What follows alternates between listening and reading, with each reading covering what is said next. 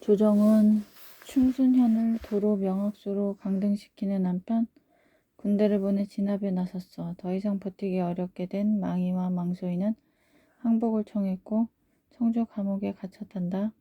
1년 반에 걸쳐 계속되었던 망이와 망소이의 봉기는 이렇게 막을 내렸어. 비록 실패로 끝나긴 했지만 망이와 망소이의 봉기는 선대받던 소에서 일어나 지배층의 간담을 서늘케 한 대규모 반란이었어. 재상 이규보는 농민 봉기를 어떻게 생각했을까? 이규보는 무신 정권 때 재상을 지낸 사람이야. 그는 한때 농민 봉기를 진압하는 군대에 자원하여 경산도 지방으로 간 적도 있어. 하지만 그런 이규보도 농민들이 봉기를 일으킬 수밖에 없는 까닭을 모르지는 않았어. 그래서 동국 이상국 집에 이런 시를 지어 놓았단다. 고랑에 엎드리어 비 맞으며 김매니 거칠고 검은 얼굴 어찌 사람이랴. 왕손 공자들아 업수히 여기지 마라. 북이 호사가 우리 손에 매였나니 해국식 푸르러 채 있기 전에 관리며 서리들 조세를 매기도다. 애써 지은 마음은 나라 위함이여늘 어찌하여 우리네들 살까지 벗기려노.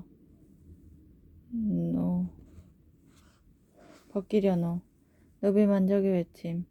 망이와 망소이의 봉기가 있은 지 약 20년 뒤 수도 개경에서는 노비들의 봉기가 일어났단다.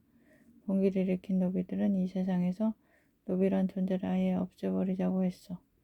지난번 편지에서 말했듯이 노비는 단지 말할 줄 아는 도구였을 뿐 사람으로 인정받거나 대우받지 못했단다.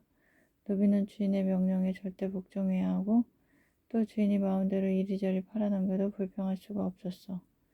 천인 신분이었기 때문에 나라와 사회로부터도 아무런 보호를 받지 못하는 멸시의 대상이었지.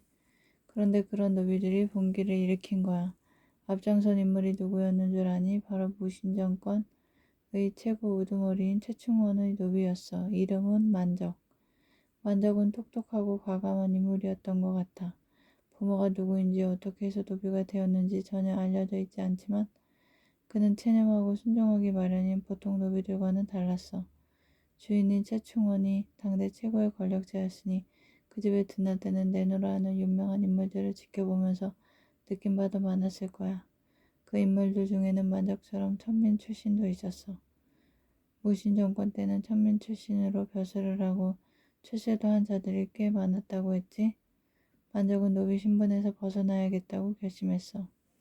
아니 세상에서 노비라는 것을 아예 없애버리겠다고 결심했지. 문신 지정 14년 노비문서 1354년 고려 국민왕 때 윤광전이 그의 맏아들인 윤단학에게 노비를 상속해준 문서야. 문장이 이도로 되어 있는 게 특징이란다.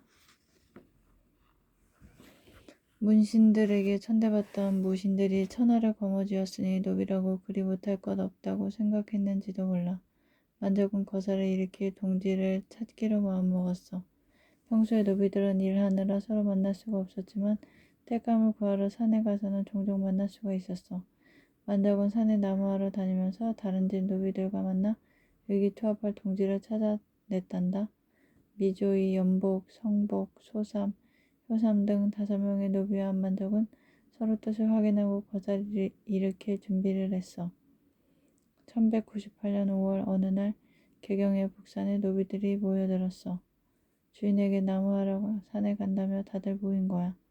먼저 만적이 입을 열었어. 무신들이 권세를 잡은 뒤로 높은 벼슬 아치는 천인과 노비에서도 많이 나왔소. 왕후 장상의 씨가 어찌 따로 있겠소. 때가 오면 누구든 할 수 있는 것이요. 왜 우리들이라고 고달프게 일만 하면서 채찍에 시달려야 한단 말이오. 노비들은 모두 환호성을 질렀어. 거사를 5월 17일로 정하고 노란 종이 수천 장을 오려 정자를 아로 새겨서 나눠주었어. 왜 정자가 쓰인 종이를 나눠주었을까? 정에는 양인이라는 뜻이 담겨 있어. 아마도 천인에서 벗어나 양인이 되고 싶은 소망을 그렇게 나타냈나 보다.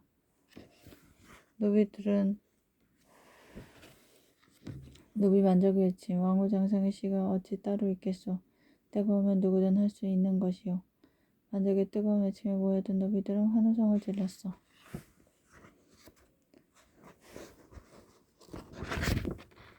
노비들은 정자 표지를 달고 약속한 날 궁궐에서 가까운 훈국사라는 절에 모이기로 했어. 우리들이 훈국사에 모여서 북을 치고 고함을 지르면 궁궐 안에서도 노비들이 들고 일어날 것이요. 그럼 우리는 먼저 채충원을 죽이고 각자 주인을 죽인 다음 노비 문서를 불태웁시다. 그래서 이 나라에 다시는 천인이 없게 합시다. 그러면 어떤 고관 대작이라도 우리들이 다 얻을 수 있을 것이요. 동지의 배반, 약속한 5월 17일이 되었어. 그런데 훈국사에 모인 노비의 숫자는 몇백 명을 넘지 못했단다. 이 숫자로는 봉기를 성공시킬 수 없다고 판단한 만덕은 며칠 뒤에 보제사에서 다시 모이자고 했어. 비밀이 새면 성공할 수 없으니 함부로 말하지 마시오. 그런데 모임에 참석했던 노비들 중에 순정이란 자가 있었어. 순정은 유락 박사 한충유의 노비였는데 이날 모임이 실패로 끝나자 몹시 불안했단다. 그는 고민 끝에 주인 한충유에게 모든 것을 실토했어. 한충유는 그 길로 채충원에게 달려가 사실을 알렸고 채충원은 즉시 체포령을 내려 만적을 비롯한 100여 명의 노비들을 잡아들였어. 채충원은 이들을 꽁꽁 묶어 선체로 예성강에 던져버렸단다. bun기를 막은 공로로 한충유는 승진했고 동지들을 위구한 순정도 상금으로 백금 80냥을 받고 노비 신분에서 벗어나 양인이 되었어. 순정은 소원대로 노비를 면했지만 강물에 던져진 동지들을 끝내 잊지 못했을 거야. 만덕의 bun기는 비록 실패로 끝났으나 참 많은 것을 생각하게 해준단다. 태어날 때부터 정해진 신분에 따라 사는 것을 당연한 일로 알았던 그때 신분 제도를 정면으로 거부하고 노비도 양인이 될 수 있었을 뿐 아니라 왕후 장상까지 될 수 있다고.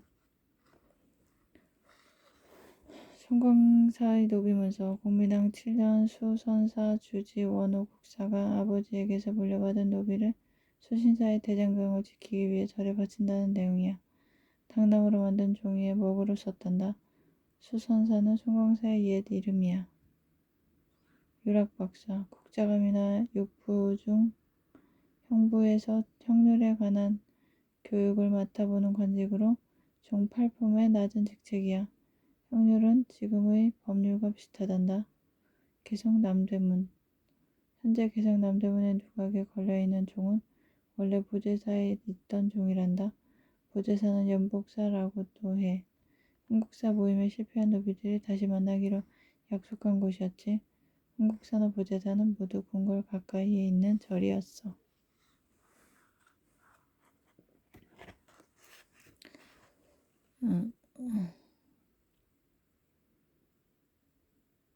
신분제도를 정면으로 거부하고 노비도 양인이 될 수 있을 뿐 아니라 왕후 장상까지도 될 수 있다고 외쳤던 만적은 시대를 앞서간 야심만만한 인물임에 틀림없어. 만약 그의 거사가 성공했더라면 어찌 되었을까?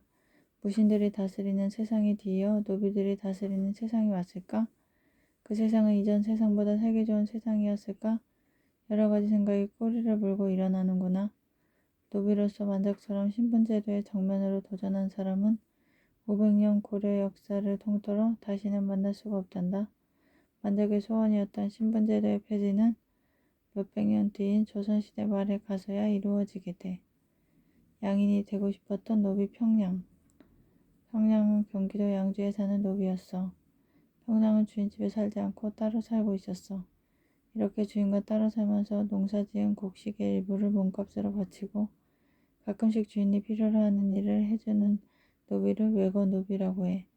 그와는 달리 주인집에서 함께 살면서 온갖 잡일을 하는 노비를 솔거노비라고 한단다. 평량은 부지런히 일하여 재산을 모았어. 그러고는 애써 모은 돈으로 뇌물을 써서 천인을 면하고 양인이 되었지. 또 돈으로 산원 동정이라는 정팔품 벼슬까지 샀단다. 평량의 아내 역시 왕언지라는 사람의 노비였어. 하루는 왕언지가 재산을 잃고 살 길이 막막하여 가족을 데리고 평량의 집으로 왔어.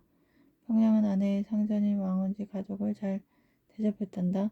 그런데 왕언지 가족이 개경으로 돌아가게 되자 평량은 천황과 함께 길에 숨어 있다가 왕언지 가족을 모두 죽여버렸어. 아내의 상전인 왕원지를 죽이고 아내도 양인 신분으로 만들기 위해서였지. 그래야 자기 자식들도 온전한 양인이 될 수 있었거든. 그 후 평양은 아들과 처남을 벼슬에 오르게 하고 관리의 딸과 결혼시켰단다. 하지만 평양의 꿈은 오래가지 못했어. 결국 이런 사실이 드러나 평양은 기양을 갔어. 천인 신분을 면하고 싶은 당시 노비들의 소망이 얼마나 강렬했는지 평양의 이야기는 말해주고 있단다.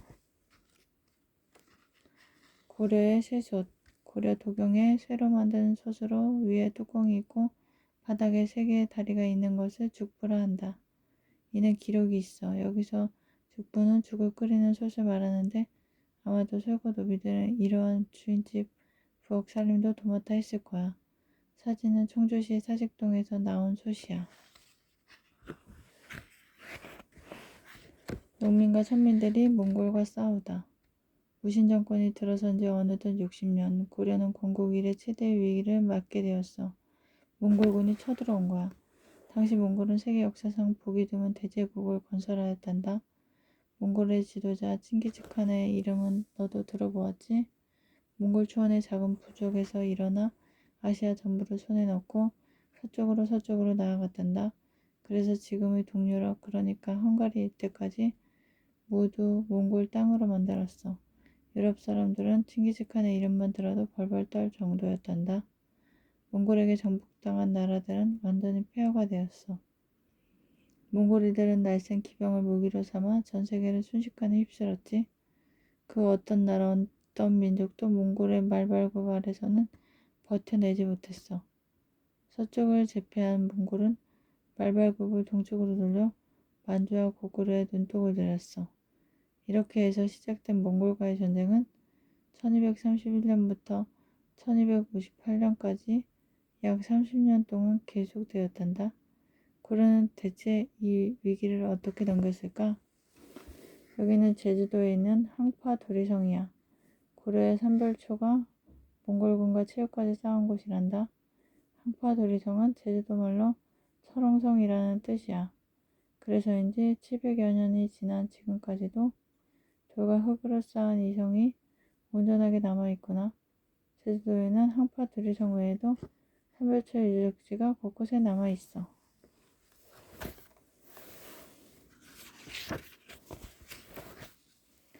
몽골군은 고려에 모두 7차례나 침입해왔어. 몽골군이 지나간 곳은 모두 잿더미로 변하고 시체가 산을 이루었어. 몽골군은 10살 넘은 고려 남자를 모조리 죽이고 여자 어린이는 포로로 잡아갔단다. 고려 사람들은 계속되는 전쟁 때문에 제대로 농사를 지을 수 없어서 굶주림에 시달렸어. 굶주림은 몽골군만큼이나 가혹하고 참혹했단다.